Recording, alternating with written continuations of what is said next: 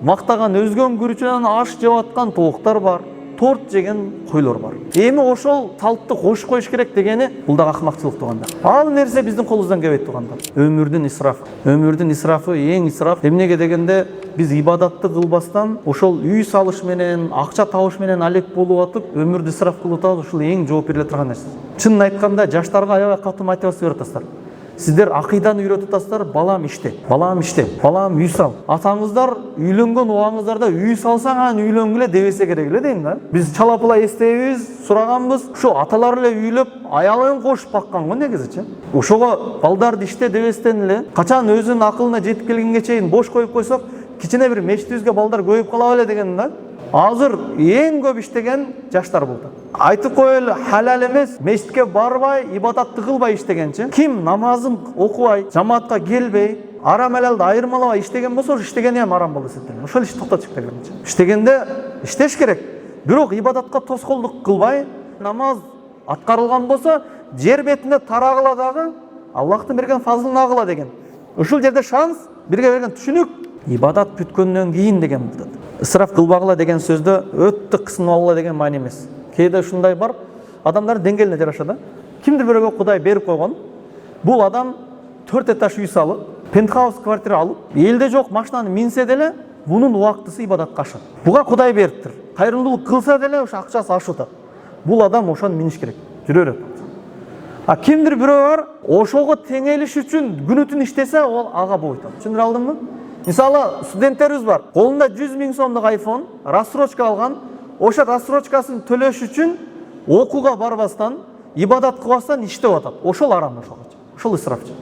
А кимдир бирөө бар, соодасы оңой келет дагы, аны бир күндүк эле прибылын алып коет да, ага болот. Өзүңө колдонсоң болот, ошо колдонгондо Аллахка күнәкар болбой турган, ибадат тоспой турган нерсе. Алла Таала Фуркан сүрөсүндө «Алладина иза анфаку ва лам юсрифу» мактап айтат, кандай адам болуш керек исраф кылып. Ушундай сарптаган болсо, исраф кылбайт. Иштетсе, керегинче иштетет. Мисалы, тамак заказ кылса, акча көп чындачы. Акча көп, бир порс тамак заказ кылбайт. Анда бирөөнү шерик кылат, экөөлөп жейт деген сөзчү. Валам яктуру жебей койбойт сараңданчы.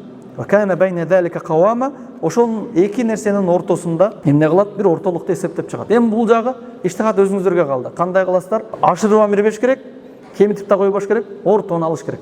Ахиретиңе зыян боло турган нерселердин баарын ташташ таквалык. Ахиретке не зыян берилет? Арам нерселер зыян берилет. Арам аттуунун бардыгына жологоштук бул таквалык. Андан дагы өткөн зухуттук деген бар.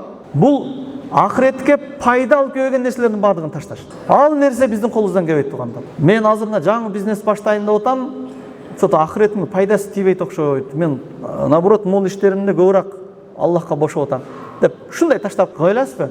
Таштасаңыз сиз зухтсуз да. Айына тапкан акчаңыз, айлыгыңыз жетип атат, мындай биринсерин тирилиңиз өтүп атат. Планда үй салам десеңиз 5 жылда бүтө турган үйүңүз турат да. Ушул иште кетсеңиз. Бирок бир ишти баштасаңыз, 1 жылда үй алып кое турган, бирок сиз түнүгүн иштешиңиз керек.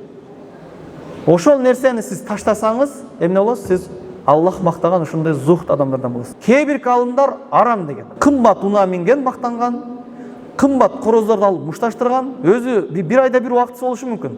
Бирок сойсоң, 2 адам тойбой турган эле эт бере турган тоокту, миллиондогон акчасын, бир квартиранын акчасын алгандар бар. Улакчаттарды $400,000 алгандар бар. Анткени бул мүлктөгү исраф деп атылат. Адам колуна акча түшкөндө чынын айтканда акыл иштегенин көрбөй калат. Ар нерселерди ойлонуп калат. Ошондо Аллахты эстеш керек, исрафка жол бербеш керек. Өнүккөн заман деп акча колунда болуп турса, ач бала менен ток бала ойнобойт дейт го. Өзү теңел алат да. Ток бала менен ойносо, ач баланы кемситет да, аштар менен ойнойт. Ошондо жалаң жаныңызда токтор жүрсө, жаныңызда кыйналганы деле нормальный ток болсо, элдин баары ошондой ток деп элестетпеңиздер. Аны дагы караш керек. Муктаждар толтура турчу. Мисалы, сиз той кыласыз. Той кылганда, той кылына турган ресторандан баштап кийимге чейин зарайына баарын уюштуруп атасыз. Неге ошол исрафка кетип кала турган, ичеген алып кете турган муктажды уюштурбадыңыз? Үй жакшы эле, Кудайга шүгүр. Бирок ошентсе дагы палан ресторанда отуруп алып, эң башталышы кандай? Жөн эле жолугушууга алып барабыз дегендечи. Майдаланып кетти дебеңиздер, 70 000, 80 000ге жолугушуу уюштурулат, Өткөндө сурадым эле, ошондо 60-70 миң кетип туруп, кыз жакпай калса эмне болот десе, жок, заранее көрүшүп алат да дейт. Берге эмекен, кафырлардын баягы мейрамесин уюштурулат экен, туурабы? Уже жаккан той болот, бирок расмиятчылык дейби мындайча айтканда. Ушу сүрөткө түшүп койду, анан аткарып койду. Исраф да булчу. Эми макта көрүшүп, ушу кызын берсинчи эми көңүлүн алыш үчүн деп, мындай процесстин ичинде болсо эми канча кетсе эми кетип кала бересиң. Бирок уже келишкен, кызды көргөн, баланы көргөн, туугандарды көргөн. Эми ошол салтты коюш коюш керек дегени бул да акмакчылык тууганда. Биз мусулман элбиз го, ончолукка барбашыбыз керек да. Ушундай кетиште биз орустардын кейпине киребиз. Сизге эч ким келбейт, сиз дагы эч кимге барбайт турганда. Эч болбосо тойдо, жаназада үйдө өткөрөйлү.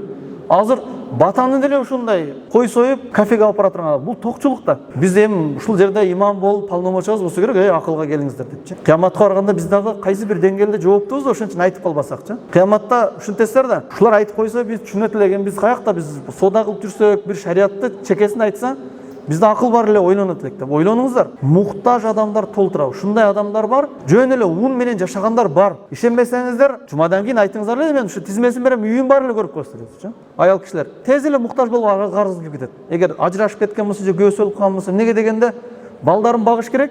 Жумушка чыгайын десе, баласы 2 күн ооруп калса иштен айдап берет. Эркек кишилер го тынбай иштейт дагы, өзүнүн ишин до конца аткара берет. Мына даратканада дарат алганда канча сууга дарат алыш керек? Пайгамбар бир мут калган мындай. Эки колду бириккен бир мут дейт да. 300 грамм, 400 граммчы. Бирок азыр мешитке кирдик, дээрлик 1000ге жакын адамны ичкерде отурабыз. 1000ге жакын адам кеминде 10 литрге суу дарат алды. Грант менен алганда 10 литр сууга дарат алдыңыздар да. Но точно исраф. Тазикти коюп туруп, грант ачып дарат алыңыздар эле да, сиздер 10 литр сууга дарат алсыздар. Бул исраф. Жуунганда душтун ачып коюп туруп, шампунду агызып, дагы башка кылганга чейин 100 литр сууга жуунасыздар. Бул исраф. Ооба, сууну өзүңүз төлөп атасыз, башка маселе жок. Кеп төлөштө эмес да, бизге берилген мүлктөрдүн 100% биздики эмес да, абсолюттук түрдө биздики эмес. Бизге Аллах Таала пайдаланганга берген. Мындай десек жакшы болот. Эгерде лечение үчүн, же болбосо мес алыш үчүн болгон болмосо, мейли бассейнде сүзсө дагы болот. Бирок атайын гусул үчүн, дарат үчүн, же болбосо мына үстүндөгү кирди кетириш үчүн дегенде тек койгон болбой калат. Исраф кайсы нерседе болуп атат? Куурдак жеп аткан иттер бар, түшүнөсүздарбы? Ит сөөк жейт, туурабы? Жок, андай эмес. Эң күчтүү шеф-поварлар даярдаган куурдактын сом эттерин жеп аткан заман. Мактаган өзгөн күрүчүнөн аш жеп аткан тооктар бар, торт жеген койлор бар. Туурабы? Же алдап атамын деп. Неге дегенде, бассаң тусаң кафе ресторан, мисалы бир порциясы 1000 сомдон арақ бере болгон тамактар кичине жейсиз дагы, андан кийин башкасы сизден деле бойда, сиздин тамагыңызды жебейт. Ал ошо бойдон помойго кетип туруп, ушундай болуп атасыз. Биз каалайбызбы? Элдер канча жесе, ошонун эле бир жарымынан азырагын кой, тоок, малдар жеп атат. Алар кайсы атайын даярдалган кымбат тамактарды жеп аткан, ушул исраф.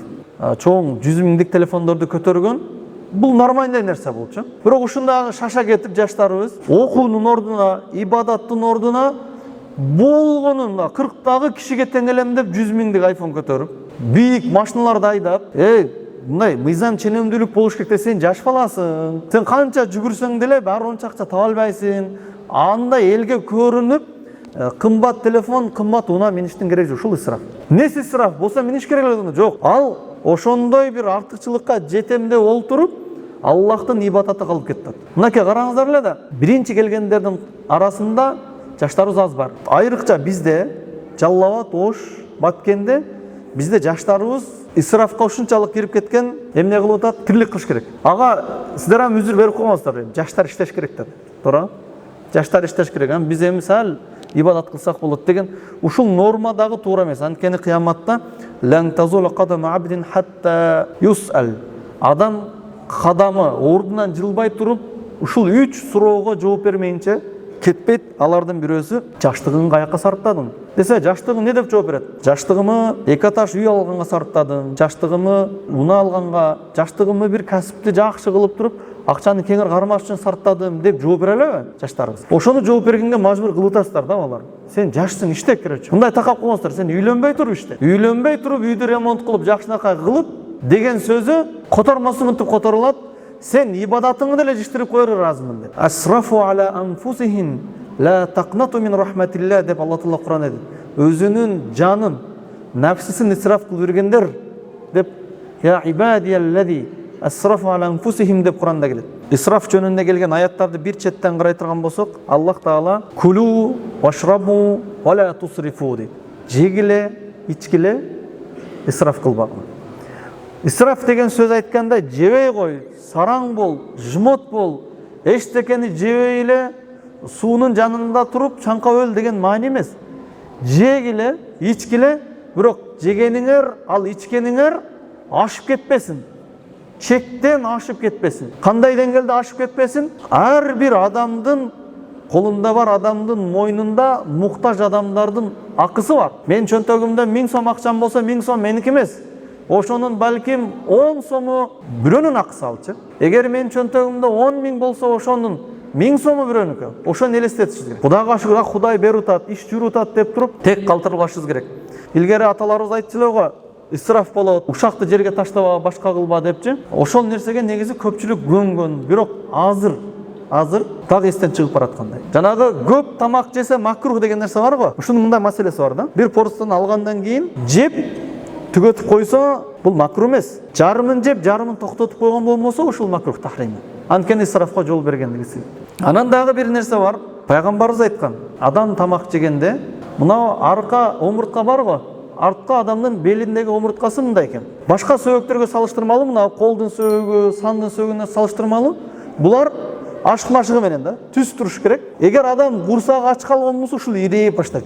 Бак Африкадагы адамдар бар го, арыктап жегендин, тамактын жоктугунан бой узун адамдагы мындагында сый тамгасына айланып калат. Ушуну түздөп тура турган деңгээлге чейин эле жесин. Бул кимдин сөзү? Врачтын сөзү эмес, бул пайгамбарыбыздын сөзү. Менюну көрүңүздөр эле да, сиздер жеп аткан кафе ресторанда же болбосо үйдөгү касалар, үйдөгүлөр пиширген тамактачы. Ал дегени 1-2 алкым желинет болду, башка желинет. Муну азыр цивилизация деп кебиркилер мына кафир өлкөлөрдө кебир адамдардын жашоо турмушун өзү мынча жылы жейт экен, кичине эле жейт экен дейт. Кандай эмес? Пайгамбарыбыз айтты. Адам жегенде завтрак не жейсиз? 2-3 кашык жесе болду. А эгерде көбүрөөк жеш керек болуп калса, оор жумуш кылыш керек болот, сапарда жүрөт, башка кылса, анда ашказандын 3/1 жеш керек. 3/1 тамакка, 3/1 жөн суусундукка, 3/1 бош калыш керек. Эми биздеги тамактарды караңыздар эле, исрафы каерде турат? Бардык жердеги менюларды караган болмосоңуз, ашказандын 3/2-синен дагы көбүрөөк. Же болбосо ашказан толук суулар менен толо турган деңгээлдеги тамактар коюлат. Ушул исраф. Ал дегени биз пайгамбарыбыздын ушул насаатын эч качан аткарбай атабыз деген маани. Туурабы? Бир порцияны алып туруп, экөө жеп аткан болсо биз не дейбиз? Чото акчасы жетпей калат окшойт деген менимче. Азыркы күндө бир порция тамакты өзү жеген болсо, мындай бир порция курдак, бир порция стейк, бир порция аш, бир порция не тамактар, ушулардын бардыгычы. Ушулардын бардыгы исраф туугандар. Ошол нерсенин курсагы сип кетет. Шариаттагыдай эле өлбөгүдөй эле жеп турган болбосо, ал адамда бардык жагы норма болот. Жанагы давление оорусу, сахар оорусу, баягы нелер көбөйүп кетет го, калория. Ушунун бардыгы пайгамбарыбыздын сөзүн сөз кылбагандыгыбыз себептенчи. Ушул исраф. Анан дагы исрафы ошону алгандан кийин мен апетим болбой атат деп туруп таштап коесуздар да, алып жана сөзүнүн башында айткандай ар жакка кетет. Аллах Таала өзү сактасын. Ошонун эсебинен баягы тойлордун ресторандарынан, же болбосо кадимки кафедеги тамактын ашкандарынан, помойлорунан өзүңүздөргө мындай кызыкчылык үчүн, для интерес деп коет го, помойлоруна бир карап коюңуздар эле да. Бир күндө не деген тамактар чыгып кетет да. Ошолор эгерде ошол алынган баасын эсептей турган болмосо, бир күндө эле канчалаган баалар чыгып кетет. Ошонун аркасынан жаныбарлар багылат. Бирок ушул исрафтын аягында бир кооптуу нерселер бар туугандар. Анткени Аллах Таала бир нерсени берген болсо, аны биз карабай пайдалана турган болсок, Аллах Таала ошону алып кое турган күндөр болуп калат. Исрафтын экинчи бир түрү бар. Мал мүлктөгү исраф, акчадагы исраф. Кандай болуп калат? Обу жок жерлерге акча сарпташ. Биз жанагы айттык го, мынакей өнүгүш заман. Өнүктүк, ошто акчаң жок жүрсөң, ачка каласың азырчы. Өнүгүш эмне болот да? Өнүкпөгөн заман болгондо эптеп жашала берет. Бирок өнүктүкпү? Ошо өнүккөндүн аркасында муктаждагы толтура. Бирок ошол эле маалда акчаны ар жактарга сарптаган болсо, мисалы азыр улакча ат алып, $200 000 мушташ жатырган короздорду $50.000, $40.000 мына кымбат баалуу унааларды алып жөн эле ол бу бензинде да көп жейт, алып бара турган жериңе да алып барбай турган. Кыскасы бардыгын элге көрүнүш үчүн аткарган иштердин баардыгы ысыраф болчу. Кыяматта башың менен жооп бере турган.